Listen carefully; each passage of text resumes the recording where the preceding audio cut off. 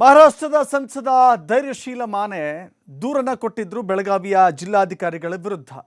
ಹಕ್ಕುಚ್ಯುತಿಯನ್ನ ಮಂಡನೆ ಮಾಡಿದ್ರು ಲೋಕಸಭಾ ಸ್ಪೀಕರ್ ಓಂ ಬಿರ್ಲಾ ಅವರಿಗೆ. ಇದೀಗ ಸಂಸದ ಜಗದೀಶ್ ಶೆಟ್ಟರ್ ಕೂಡ ಪತ್ರವನ್ನು ಬರೆದಿದ್ದಾರೆ. ಇದು ಖಂಡಿತವಾಗಿಯೂ ಕೂಡ ಸಹಿಸಿಕೊಳ್ಳಲಾಗದಂತ ಘಟನೆ ಅಂತ ಹೇಳಿದ್ದಾರೆ. ಜಗದೀಶ್ ಶೆಟ್ಟರ್ ಪತ್ರ ಬರೆದಿದ್ದಾರೆ. ರಾಜ್ಯೋತ್ಸವದ ದಿನ ಬೆಳಗಾವಿಗೆ ಮಾನೆ ಪ್ರವೇಶ ನಿರ್ಬಂಧ ಮಾಡಿದ್ರಲ್ಲ ಡಿಸಿ, ಅದು ಸರಿಯಾಗಿದೆ. ಬೆಳಗಾವಿ ಜಿಲ್ಲಾಧಿಕಾರಿಯ ಕ್ರಮ ಕಾನೂನುಬದ್ಧ ಅಂತ ಹೇಳಿ ಶೆಟ್ಟರ್ ಸ್ಪಷ್ಟನೆ ಕೊಟ್ಟಿದ್ದಾರೆ. ಕಾನೂನು ಸುವ್ಯವಸ್ಥೆಯನ್ನು ಕಾಪಾಡಲು ಮಾತ್ರ ನಿರ್ಬಂಧದ ಆಜ್ಞೆಯನ್ನ ಕೊಟ್ಟಿದ್ದಾರೆ ಅಂತ ಶೆಟ್ಟರ್ ಹೇಳಿದ್ದಾರೆ.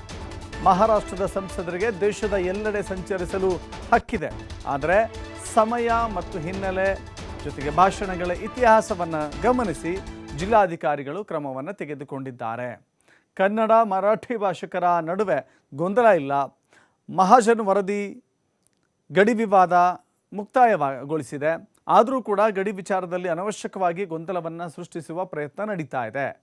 ಡಿಸಿ ವಿರುದ್ಧದ ದೂರು ಅನೌಚಿತ್ಯ ಅಂತ ಹೇಳಿದ್ದಾರೆ, ಜೊತೆಗೆ ಖಂಡನೀಯ ಅಂತ ಹೇಳಿ ಜಗದೀಶ್ ಶೆಟ್ಟರ್ ಆ ಲೆಟರ್ನಲ್ಲಿ ಉಲ್ಲೇಖ ಮಾಡಿದ್ದಾರೆ. ಬೆಳಗಾವಿ ಡಿಸಿ ವಿರುದ್ಧ ಯಾವುದೇ ಕ್ರಮ ಕೈಗೊಳ್ಳಬಾರದು ಅಂತ ಹೇಳಿ ಬೆಳಗಾವಿಯ ಸಂಸದ ಜಗದೀಶ್ ಶೆಟ್ಟರ್ ಓಂ ಬಿರ್ಲಾ ಅವರಿಗೆ ಮನವಿಯನ್ನು ಮಾಡಿಕೊಂಡಿದ್ದಾರೆ.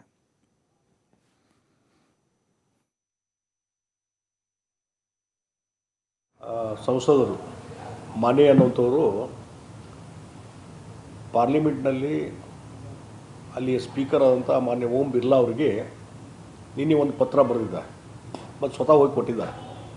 ನವೆಂಬರ್ 1ನೇ ತಾರೀಕಿಗೆ ಕನ್ನಡ ರಾಜ್ಯೋತ್ಸವ ಇದ್ದಂಥ ಸಂದರ್ಭದಲ್ಲಿ ಅವರು ಬೆಳಗಾವಿಗೆ ಪ್ರವೇಶ ಮಾಡಲಿಕ್ಕೆ ಇಲ್ಲಿಯ ಡಿ ಸಿ ರೋಷನ್ ಅವರು ನಿರ್ಬಂಧ ಹೇರಿದರು, ರೆಸ್ಟ್ರಿಕ್ಷನ್ ಹಾಕಿದ್ರು, ನೋಟಿಸ್ ಕೊಟ್ಟರು ಅನ್ನುವಂಥದ್ದು ನನ್ನ ಈ ಒಂದು ಸಂವಿಧಾನದ ಒಂದು ಹಕ್ಕನ್ನು ಉಲ್ಲಂಘನೆ ಮಾಡಿದ್ದಾರೆ ಅನ್ನುವಂಥ ರೀತಿಯಲ್ಲಿ ಅವರು ಪಾರ್ಲಿಮೆಂಟಿನ ಮಾನ್ಯ ಸ್ಪೀಕರ್ ಅವರಿಗೆ ಏನು ಕೊಟ್ಟಿದ್ದಾರೆ. ಇದು ಸಂಪೂರ್ಣವಾಗಿ ಕಾನೂನು ಬಾಹಿರವಾದಂಥದ್ದು ಮತ್ತು ಪಾರ್ಲಿಮೆಂಟು ಆಗಲಿ ಅಥವಾ ಸಂಸದನ ಒಂದು ಹಕ್ಕು ಚ್ಯುತಿ ಆಗಲಿ ಇದರಲ್ಲಿ ಬರುವಂಥದ್ದು ಅಲ್ಲ. ಹೀಗಾಗಿ ಸಂವಿಧಾನ ಒಂದು ಎಲ್ಲರಿಗೂ ಹಕ್ಕು ಕೊಟ್ಟಿದೆ, ಅದರ ಜೊತೆಗೆ ನಮ್ಮ ಕರ್ತವ್ಯಗಳನ್ನು ಕೊಟ್ಟಿದೆ. ನಮ್ಮ ಡ್ಯೂಟೀಸ್ ಏನದು ಸಿಟಿಜನ್ಸ್ದು ಇದನ್ನ ಅರ್ಥ ಮಾಡಿಕೊಂಡು ಅವರು ವ್ಯವಹಾರ ಮಾಡಬೇಕಾಗಿತ್ತು.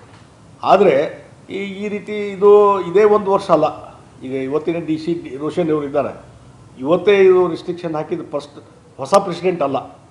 ಹಿಂದೆ ನವೆಂಬರ್ 1 ಇದ್ದಂಥ ಸಂದರ್ಭದಲ್ಲಿ ಮಹಾರಾಷ್ಟ್ರದ